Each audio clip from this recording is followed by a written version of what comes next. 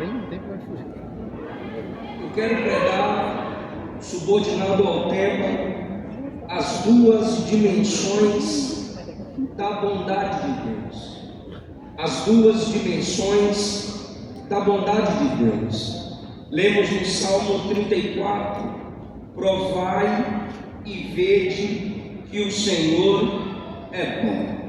E o Salmo 118 nos responsabiliza diante da manifestação desta bondade. Se Deus é bom, Deus é amor, Deus é misericordioso. O amor nunca deveria ser considerado apenas um atributo de Deus, mas uma de suas definições. Logo, também entendemos que dizer que o amor é divino é idolatria, mas reconhecer Deus como amor é adoração. Esse Deus que é bom se manifesta em seu amor. À guisa de introdução, preciso dizer-lhes 4 verdades. Primeiro, quando nós mesmos estivermos conscientes de que não somos bons, louvemos ainda mais, pois está provado que só Deus é bom. Os outros parecem bons, mas Deus não parece, Ele é bom. Em terceiro lugar, se os outros são bons até em certo ponto, Deus é imensamente bom. E quando os outros se comportam de modo perverso conosco, isso mostra-nos mais ainda que apenas o nosso Deus é completamente bom. O seu modo de agir pode variar, mas a sua natureza é sempre a mesma. Ele é bom. Eu disse a vocês que eu pregaria sobre as duas dimensões da bondade de Deus. E a primeira dimensão da bondade de Deus é a sua benevolência. O que significa então dizer que Deus é benevolente? É que Ele te ama, não pensando no próprio prazer. É que Deus é bom para conosco, sentindo prazer santo em nossa felicidade santa. Se Ele fosse apenas poderoso, deveríamos apenas saudá-lo, mas como Ele é bom, podemos nos aproximar e desfrutar da sua misericórdia. Deus sendo benevolente significa dizer que Ele nos surpreende com favores imerecidos. Marcião chegou ao extremo de afirmar que na Bíblia Sagrada nós lidamos com 2 deuses: um Deus mau do Antigo Testamento e um Deus bom no Novo Testamento. Porém, quando você abre a Bíblia Sagrada, no primeiro capítulo do Gênesis, nos dias da criação, já vimos ali, já contemplamos ali, reflexo da bondade de Deus. Porque durante o tempo da criação, Deus, examinando periodicamente a sua obra, Ele declara que era tudo bom. Porque cada coisa que Ele faz reflete o seu caráter, a sua bondade. Êxodo 34:6 diz que Deus é misericordioso, compassivo, demora em se irar, cheio de bondade e cheio de fidelidade. E no Novo Testamento, Paulo atribui a nossa salvação ao Deus Pai, que em sua apresentação ele está se referindo ao Deus revelado desde o Antigo Antigo Testamento. Deuteronômio, capítulo 7, veja a primeira dimensão da bondade de Deus, sendo benevolente, amando-nos, sem ter ou ver em nós nada que o complete, sem ver em nós capacidade de pagá-lo por esse amor. Deuteronômio capítulo 7, versículo 7, Moisés diz: o Senhor não amou vocês, tirando-os do Egito, porque vocês eram os mais numerosos da terra. Não, na verdade, vocês eram o menor de todos os povos. Aí no versículo 8, Moisés demonstra a benevolência, a primeira dimensão da bondade de Deus. Deuteronômio 7:8, ele diz: Deus os amou simplesmente por Ele os amar, porque Ele os quis. Ele fez tudo isso porque amou vocês. Na benevolência de Deus, percebemos que Ele está interessado em nosso bem-estar, não por causa nossa, ou por obter um proveito de nós, melhor dizendo, tudo que Ele faz em nos atrair, nos preservar e nos salvar, é porque Ele é bom, mesmo sendo nós quem precisamos dEle. Ele não precisa de nada e nem de ninguém, mas mesmo assim Ele continua nos amando, Ele continua sendo bom, Ele ama quem precisa dEle. Repito para você memorizar se possível: Deus ama quem precisa dEle. Romanos capítulo 5, versículo 8, Paulo escreveu: mas Deus prova o seu grande amor para conosco, como?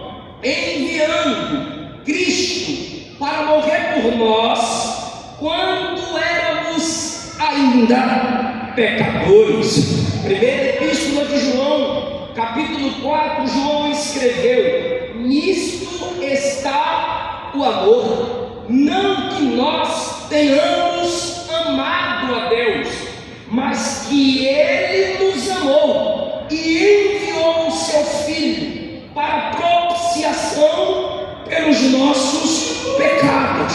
O que o texto está dizendo, e eu quero que você entenda, é que Ele não te amou cantando, adorando, tocando, pastoreando, Bíblia na mão, falando línguas e cheio do Espírito. Ele te amou caído, perdido, porque Deus amou o mundo de tal maneira que deu seu Filho unigênito, para que todo aquele que nele crê não pereça, mas tenha a vida eterna. Que temos nós? Que capacidade teríamos nós? Que riqueza teríamos nós? De onde sacaríamos uma moeda, um amor, uma bondade, qualquer ato de justiça que você fizer diante da santidade dele é como trapo de imundície. Até o que é legal, até o que é ok, até o que é bonitinho que sai de você para ele, não sai de você originalmente, porque dele fonte, por ele processo, por ele destino, são todas as coisas. Aleluia! Até a sua confissão de seus pecados não é algo bom, fluindo naturalmente de você. Quem é você? Quem sou eu? Senão cego, pobre, miserável, nu, sem graça. Ah, se não fosse a graça, se não fosse o amor, se não fosse a bondade, Ele te atrai, te capacita. Salmo 22, verso 25, o salmista disse: a inspiração do meu louvor vem do Senhor. O que nos capacita a estar diante de Deus que a graça que atrai é a graça que nos capacita. Alguém pode agradecer pela misericórdia. Aleluia. Benevolência é a bondade de Deus estendida a nós, sem que nós tenhamos capacidade de retribuir, de devolver, pois mesmo caídos, Ele nos amou. Em segundo lugar, a segunda dimensão da bondade de Deus é a persistência. A primeira dimensão da bondade de Deus é a benevolência. Me ajuda, estou no Brasil, vai lá. A primeira dimensão é a qual? Coisa chique. E a segunda dimensão é a qual? Persistência. Sim, essa é uma das grandes e muitas dimensões da bondade de Deus, pela persistência de Deus, pela perseverança em nos amar. Nós entendemos que Ele não apenas criou a base para a nossa salvação, mas Ele nos busca continuamente. Sim, se não vejamos Êxodo 34:6, o Senhor é lento para se irar. Não diz que não se ira, diz que Ele é lento. Essa lentidão significa Deus insistindo em atrair a sua criatura. O Salmo 86:15, o salmista diz: Senhor, Tu és Deus de compaixão e misericórdia, lento para se irar, cheio de amor e fidelidade. João capítulo 13, versículo 1, está escrito que Ele amou os seus durante o seu ministério e os amou até o fim. Romanos capítulo 2, versículo 4, Paulo disse, pergunta retórica: não percebe o quanto Ele é bondoso, tolerante e paciente? Não vê que essa manifestação da bondade de Deus é para trazer-nos ao arrependimento? Essa insistência de Deus com o ser humano é para trazê-lo ao arrependimento. Pedro, que bem entendia da paciência de Jesus, escreveu na primeira carta, capítulo 3, versículo 20: Deus esperou pacientemente enquanto Noé construía a sua embarcação. Segundo de Pedro, capítulo 3, versículo 15, ele diz assim: lembrem-se que é a paciência de nosso Senhor que nos permite que sejamos salvos. Agora, segundo de Pedro 3:9, Pedro escreveu: o Senhor não demora em cumprir a sua promessa. É uma promessa escatológica. O Senhor não demora em cumprir sua promessa como alguns pensam. Pelo contrário, olha isso, igreja de Jesus, olha isso, neto da vovó, que a vovó está clamando, orando para tu voltar e tu não volta, gente ruim. Olha isso, sobrinho, sobrinha, está se rebelando aí, dizendo: cala a boca, tia, esse negócio de crente é chato. Olha o que é que Pedro diz. Olha, na verdade, não é que ele está demorando para cumprir a promessa como alguns pensam. Pelo contrário, Ele é paciente por causa de vocês, pois não deseja que ninguém seja destruído. Ele deseja que vocês se arrependam. Pedro está dizendo, ou melhor dizendo, Pedro sugere que a segunda vinda do Senhor está sendo postergada por causa da paciência de Deus. Um dos motivos pelo qual Ele ainda não arrebatou a sua igreja, não veio para nos buscar, é que em sua onisciência Ele está vendo muita gente que ainda vai voltar para a presença dEle, vai se entregar a Ele. Eu creio que nessa noite vai ter libertação de vidas aqui nessa casa. Todos esses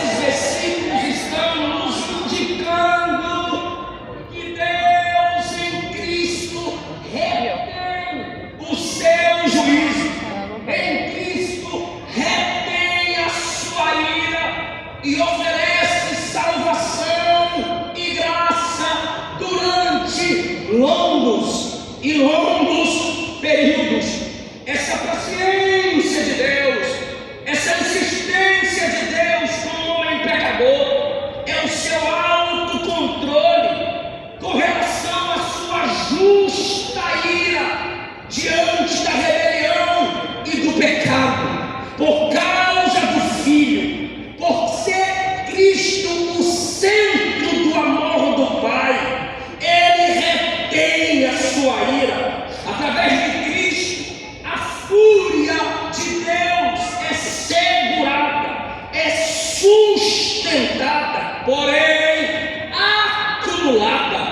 Quando o homem vai desprezando a bondade, desprezando sua misericórdia, o juízo de Deus em breve ou no tempo certo o alcançará. Mas enquanto você me escuta, enquanto a Bíblia é pregada, enquanto a igreja lhe anuncia o Evangelho, veja nisso uma expressão da bondade de Deus. E você, minha irmã, você, meu irmão, não foi Deus que te desprezou, foi alguém. Não foi Deus que virou as costas, foi alguém. Não foi Deus que te traiu, foi simplesmente alguém. E você agora não quer mais ser crente, você agora não quer mais congregar, você agora não quer mais orar. Eu estava no podcast e fizeram uma sessão de perguntas e respostas, e de repente veio uma pergunta assim: Pastor Eliseu, o que fazer quando a gente desvia pelo fim de um relacionamento tóxico? Eu disse: repete a pergunta. O que fazer quando a gente desvia pelo fim de um relacionamento tóxico? Eu disse: me mostra quem está perguntando, se é homem ou mulher. Aí disse: é um homem, pastor. Eu disse: tu merece uma peia, levar uma surra, tu largou Jesus pelo fim de um relacionamento tóxico. Não foi ele, foi alguém. Ele te deu livramento e você ainda virou as costas para ele. Ai, irmão, sim, só que tem gente que pelas lutas da vida está desistindo de Jesus, está desistindo do ministério. Tem duas classes de desigrejados. Eu não posso ser injusto aqui. A primeira classe são aqueles que têm a síndrome messiânica. Sai da igreja, abre um canal no YouTube para falar mal de pastor e de igreja. Ou seja, aquele pastor não resolve sua vida. Congregar naquela igreja não vai te ajudar em nada. Mas o meu canal, deixa o seu like. Se inscreva, porque é aqui que tu vai ser abençoado. Então, essa síndrome messiânica. E outra, a maioria dos argumentos é assim: cola em mim, eu saí de lá, eu ficava lá nos bancos, eu sei dos bastidores, eu saí de lá, então eu tenho moral para falar. Enquanto eles se gloriam nisso, João disse: saíram de nós porque não eram dos nossos.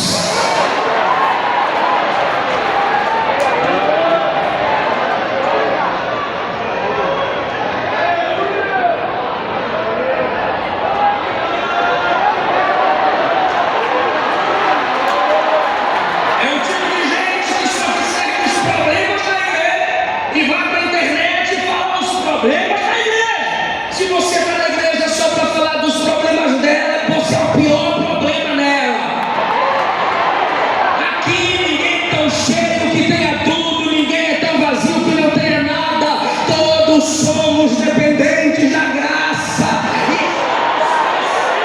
cada dia. Nós temos segundo grupo, gente ferida, gente abatida, e Jesus quer sará-los, Jesus quer curá-los, mas às vezes eles se escondem da manifestação da bondade de Deus.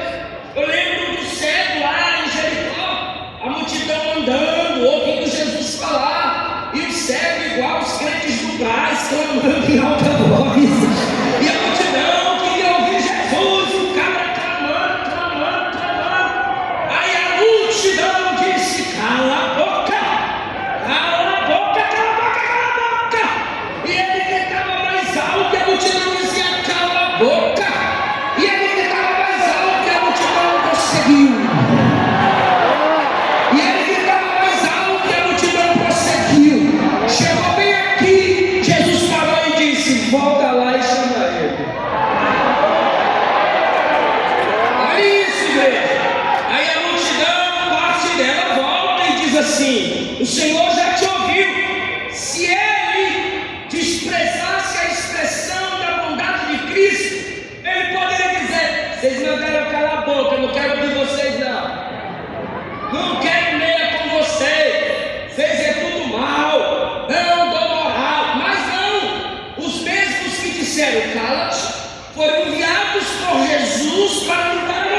notícia: o mestre te ouviu e mandou te chamar. Ele ouve a multidão.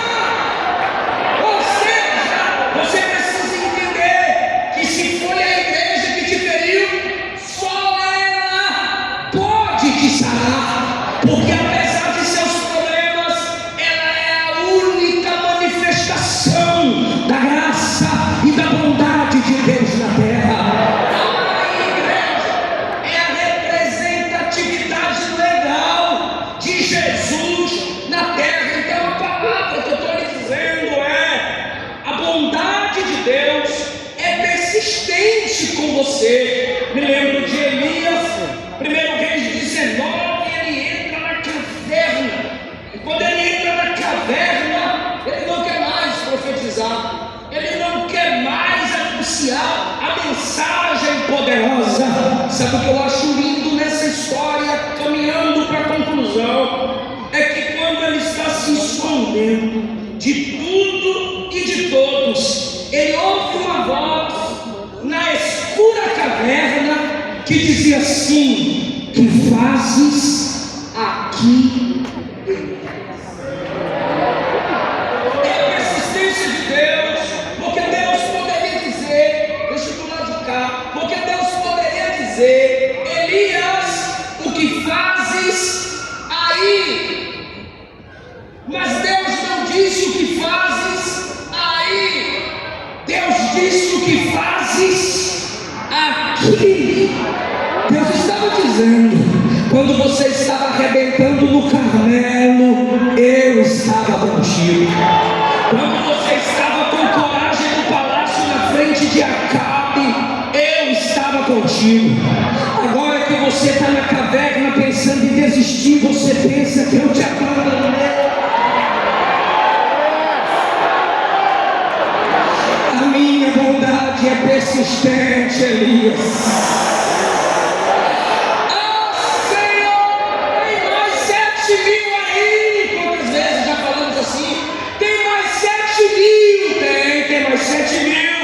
Mas mesmo assim Deus vai atrás de Elias no carro. Se Deus não fosse persistente, se Deus não fosse insistente, você lembra de Tomé, João capítulo 20: se eu não vir os sinais nas suas mãos e não puser o dedo, se eu não tocar em seu lado, de modo nenhum crerei. Sabe para quem ele disse isso? Os discípulos. Quais discípulos? Depois da manifestação de Jesus. Jesus veio no primeiro culto, Tomé não estava dando desigrejar. Aí Tomé não estava. Sabe o que aconteceu?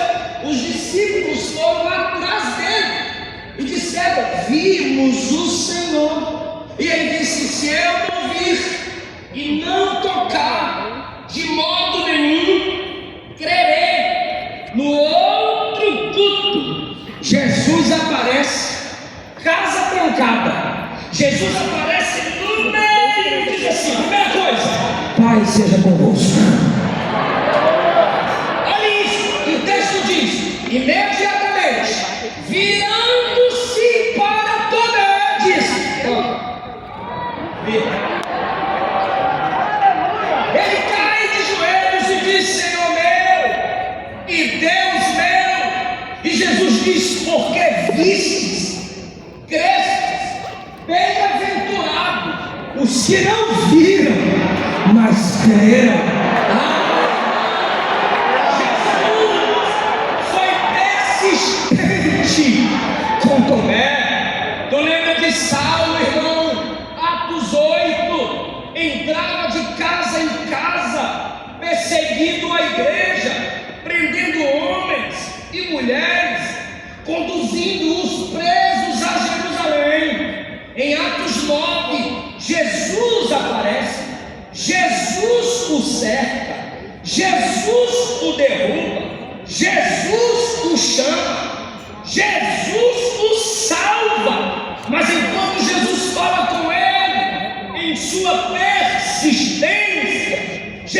disse: duro é para ti recalcitrar contra os aguilhões, porque há muito Jesus já vinha chamando Saulo. E tu lembra de Jonas?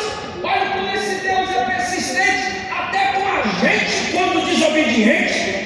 Em Jonas, Deus lhe dá a ordem no capítulo 1 para pregar. Ele diz: eu vou para Tarsis, não vou pregar. E ali pega o navio e joga em direção a Tarsis, não vou pregar. Vai procurando o navio, não vou pregar. Aí no capítulo 1, versículo 8, depois da tempestade, ele é obrigado a pregar. Declara-nos tu, por que nos sobreveio este mal?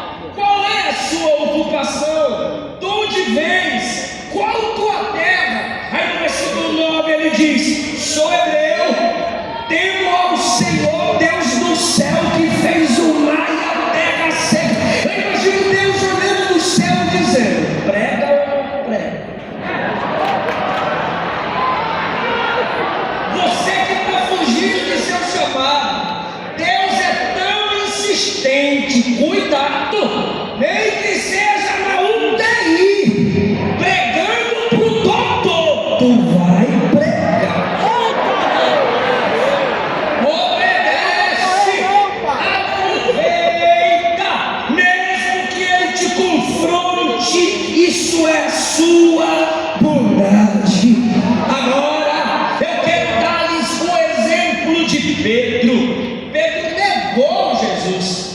Pedro foi avisado, e mesmo assim, por falta de oração, pela sua soberba e pela sua fraqueza, negou Jesus. Mas quando você chega em João capítulo 21, olha que coisa linda, igreja.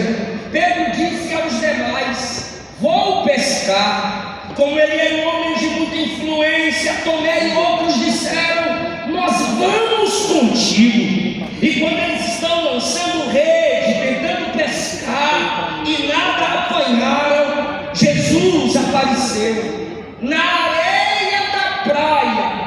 Isso me impacta, é sério. Jesus aparece na areia da praia e brada assim: filhos,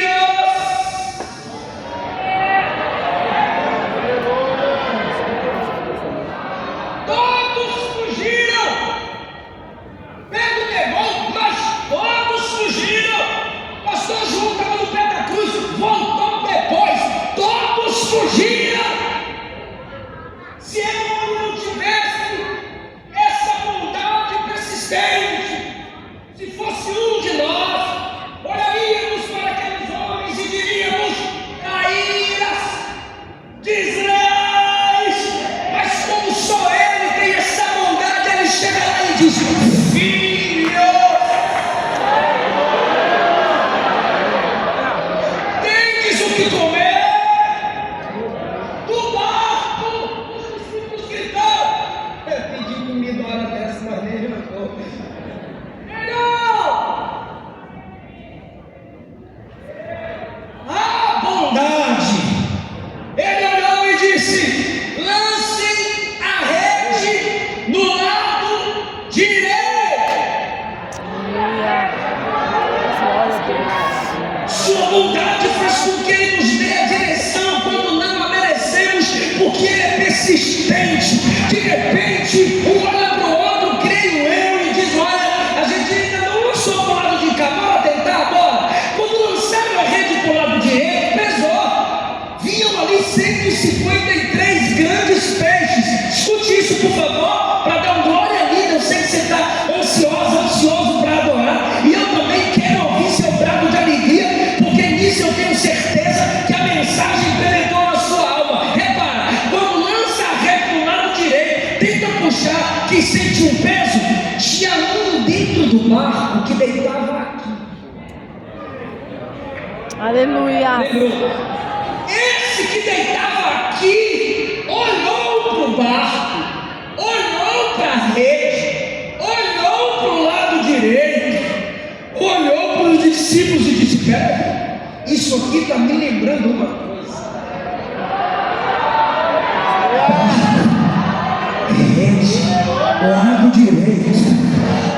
alguém dando a ordem.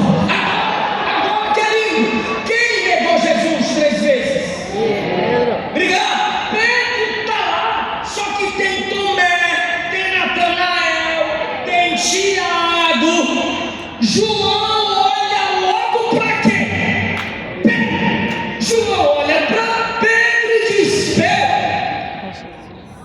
é Jesus.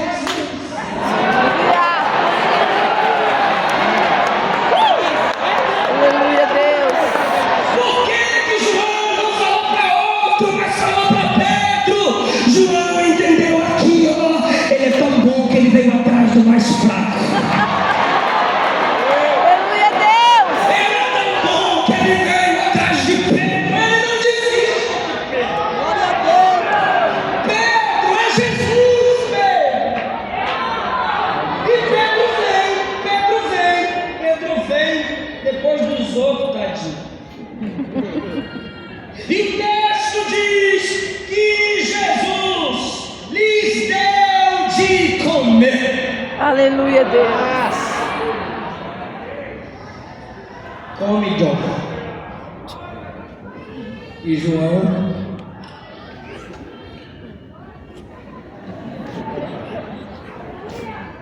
come Tiago. E o James Aleluia, Deus. come Pedro.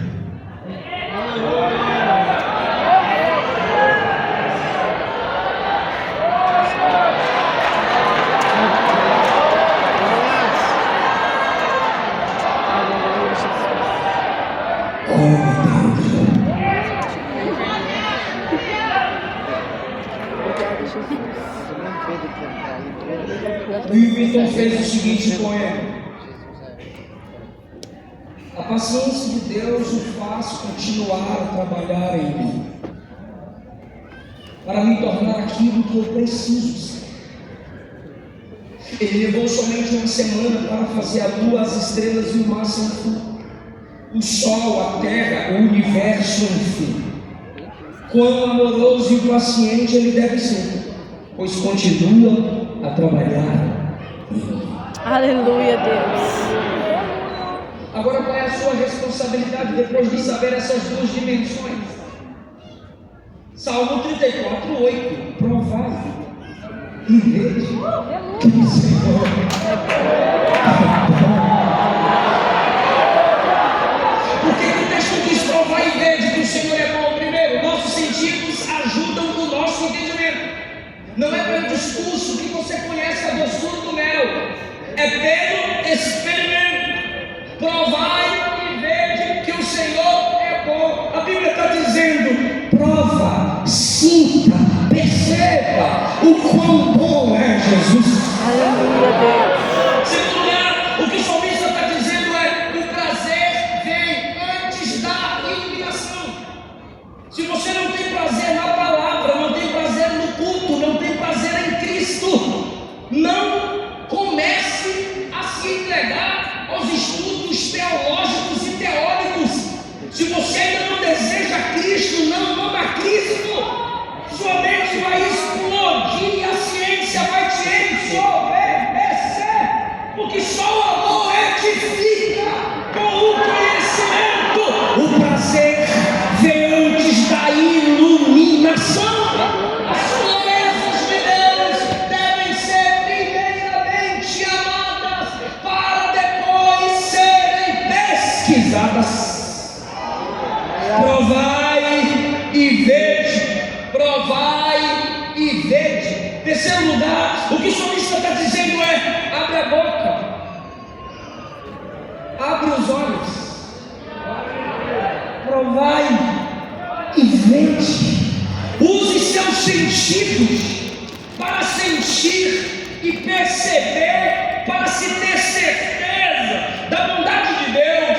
Isso quer dizer que Ele, em sua bondade, te alimenta e se apresenta. Provai e vede que o Senhor é bom. Em quarto lugar, provai e vede. Você pode ver a distância. Ah, eu estou vendo, eu estou acompanhando.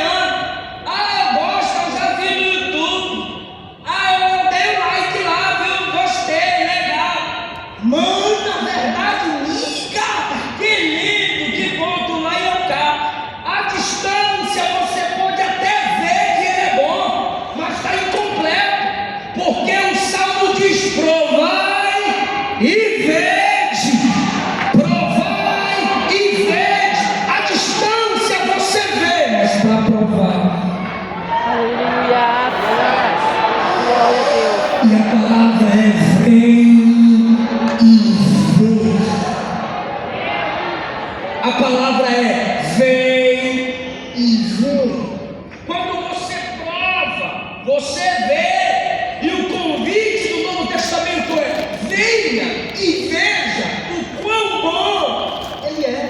Essa é a nossa responsabilidade. No Salmo 34, provai e vede. E o Salmo 118? O Salmo 118 diz: rendei graças. Por quê? Porque o Senhor é bom. Quem vai render graças? Verso 2: diga a Israel que foi liberto do Egito. Diga a Israel que no deserto alcançou providência. Diga a Israel, por tantas misericórdias, cante que Ele é bom e sua misericórdia dura para sempre. Agora o salmista olha para a casa sacerdotal, para a casa de Arão, e diz: ó casa de Arão, diga que o Senhor é bom e a sua misericórdia dura para sempre. Ele está dizendo: ó casa de Arão, quem me ouve diz amém. Ó casa de Arão, lembre-se, de vocês veio o bezerro de ouro, mas Ele ainda os manteve. Diga que Ele é bom. Ó casa de Arão, de vocês vieram os filhos que ofereceram fogo estranho, mas Ele preservou vocês. Diga que Ele é bom. Sabe o que é isso, crente? Olhe para a sua casa, olhe para a sua família. Quantas desonras contra Deus. Olhe para a nossa casa, olhemos para a nossa casa. Quantas desonras, quantos pecados contra Deus, mas mesmo assim Ele tem preservado a nossa casa. O Senhor é bom e a sua misericórdia dura para sempre. Talvez você diga: pastor, mas o salmo está dizendo para Israel e a casa de Arão cantar. Não, está dizendo assim também no verso 4: todos os que temem, digam que Ele é bom e que a sua misericórdia dura para sempre. Você pode levantar a sua mão e dizer: obrigado. Obrigada, Senhor. A sua misericórdia dura para sempre. E a sua misericórdia, sua graça nunca falha. Todos os dias eu sou sua